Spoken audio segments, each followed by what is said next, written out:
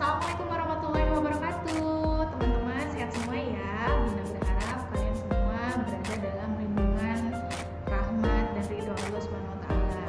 Oke, sebelum memulai sesinya, yuk kita sama-sama berdoa. Rabbi zidni ilma warzuqni fahma.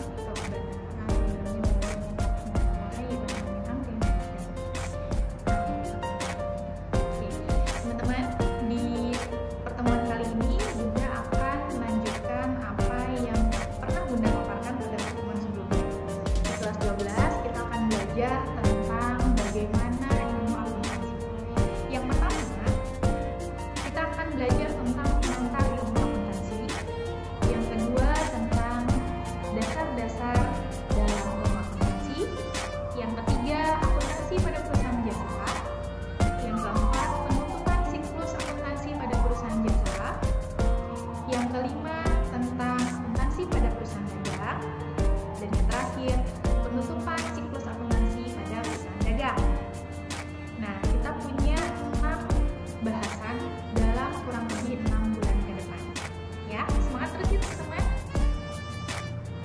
Di pertemuan kali ini kita akan membahas tentang mengapa ya kita harus belajar ilmu akuntansi dan apa itu ilmu akuntansi. Oke, menurut teman-teman, mengapa kita harus belajar ilmu akuntansi? Setiap teman-teman pasti punya jawaban yang berbeda-beda ya. Kalian boleh chat ke Bunda atau berikan komen-komen kepada Bunda mengapa kalian perlu untuk belajar ilmu akuntansi. Namun dalam Islam dikatakan dalam salah satu ayat di Al-Quran, yaitu surat Al-Baqarah ayat 282, bahwa manusia diminta untuk melakukan pencatatan pada transaksi yang mereka lakukan setiap hari, khususnya dalam utang piutang. Kenapa ya teman-teman? Utang piutang menjadi sesuatu yang harus dicatat. Nah, ini berdasarkan sejarah masa lalu bahwa banyak orang yang suka lupa dengan utang. Padahal utang ini bisa menjadi ganjaran seseorang untuk masuk surga. Itu yang pertama. Kemudian yang kedua, utang ini adalah sesuatu yang Nabi Muhammad tidak suka. Dan utang ini juga bisa membuka bagi kejahatan-kejahatan lain atau peluang-peluang tergelincir pada dosa-dosa yang lain. Mungkin teman-teman bisa lihat nanti di layar ada beberapa hadis yang terkait dengan utang piutang. Nah, dalam perkembangannya sebenarnya utang piutang ini sudah terjadi sejak lama. Nah, perlu untuk pencatatan. Sejak zaman sebelum Masehi, utang piutang ini menjadi pokok permasalahan di beberapa kerajaan, baik itu di Cina, kemudian di Jazirah Arab, di beberapa kerajaan, dan pada akhirnya sampai dengan Nabi Muhammad meminta untuk para cendekiawan membuat sebuah kaidah ilmu pencatatan bangsa-bangsa Quraisy, karena di dalam kebiasaan-kebiasaan bangsa Quraisy dalam surat Al-Quraisy kita perlu belajar banyak nih teman-teman. Bangsa Quraisy ini adalah orang dengan sistem pencatatan ekonomi dan akuntansi salah satu yang terbaik di masanya, karena mereka adalah bangsa pedagang. Kemudian yang kedua, effort untuk bisnisnya sangat tinggi. Teman-teman mungkin nanti kita bisa sharing sama-sama kenapa Al-Quraisy, bangsa Quraisy sangat erat kaitannya dengan makroekonomi, sangat erat kaitannya dengan akuntansi di kaidah pembelajaran yang lain. Bunda mungkin konsentrasinya sekarang adalah bagaimana Islam memandang bahwa pencatatan itu sangat penting. Nah, di dalam akuntansi kita juga akan belajar nih tentang pencatatan harta, utang, modal, banyak lah pokoknya. Nah, yang jelas kenapa harus punya kecerdasan dalam pencatatan, kecerdasan dalam mengelola harta. Nah, teman-teman nanti bekerja, punya penghasilan, bahkan mungkin ada teman-teman yang sudah melakukan bisnis, punya penghasilan.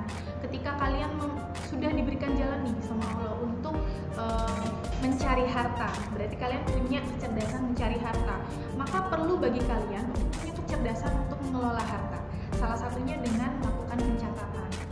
Bisnis yang dijalankan, bagaimana kita mengetahui berapa profitnya, berapa marginnya kalau kita tidak melakukan pencatatan.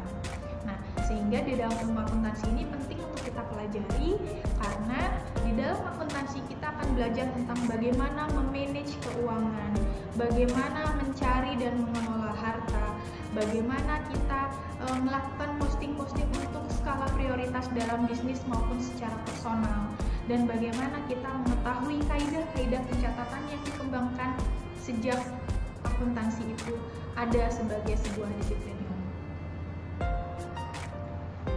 Kalau yang kita ketahui bahwa akuntansi sudah berkembang sejak zaman sebelum Masehi, kemudian di zaman Rasulullah SAW, kemudian puncaknya adalah kaidah-kaidah pencatatan akuntansi Islam berada dalam Khalifah Umar bin Khattab ketika mendirikan Baitul Mal dan melakukan pencatatan untuk beberapa hal. Nah, setelah Baitul Mal ini berdiri, punya kaidah pencatatan dan yang lain, kemudian Islam punya siklus berikutnya yaitu runtuh kejayaan Islam itu runtuh.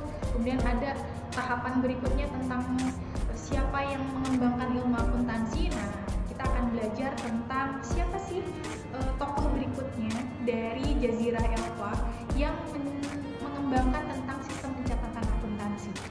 Nah, kita akan belajar dengan beberapa paparan yang akan Bunda sampaikan berikut ini. Oke teman-teman, di kesempatan kali ini Bunda ingin memaparkan beberapa pengantar akuntansi, di mana di cakupan akuntansi ini kita akan banyak belajar. Awalannya kita akan melihat apa arti akuntansi, kemudian bagaimana sejarah perkembangannya, dan apa saja prinsip-prinsip yang ada di dalam pembelajaran akuntansi sebagai sistem informasi. Oke, yang pertama, akuntansi berasal dari kata account atau to account yang sebenarnya artinya adalah proses mengidentifikasi atau mencatat, mengklasifikasikan, mengolah dan menyajikan data keuangan agar menjadi mudah dimengerti. Dalam arti akuntansi ini merupakan bahasa bisnis atau the language of business. Menurut American Accounting Association, akuntansi ini merupakan proses mengidentifikasi, mengukur, dan melaporkan informasi ekonomi untuk memungkinkan adanya penilaian dan pengambilan keputusan, sehingga keputusan yang mereka ambil bisa lebih baik.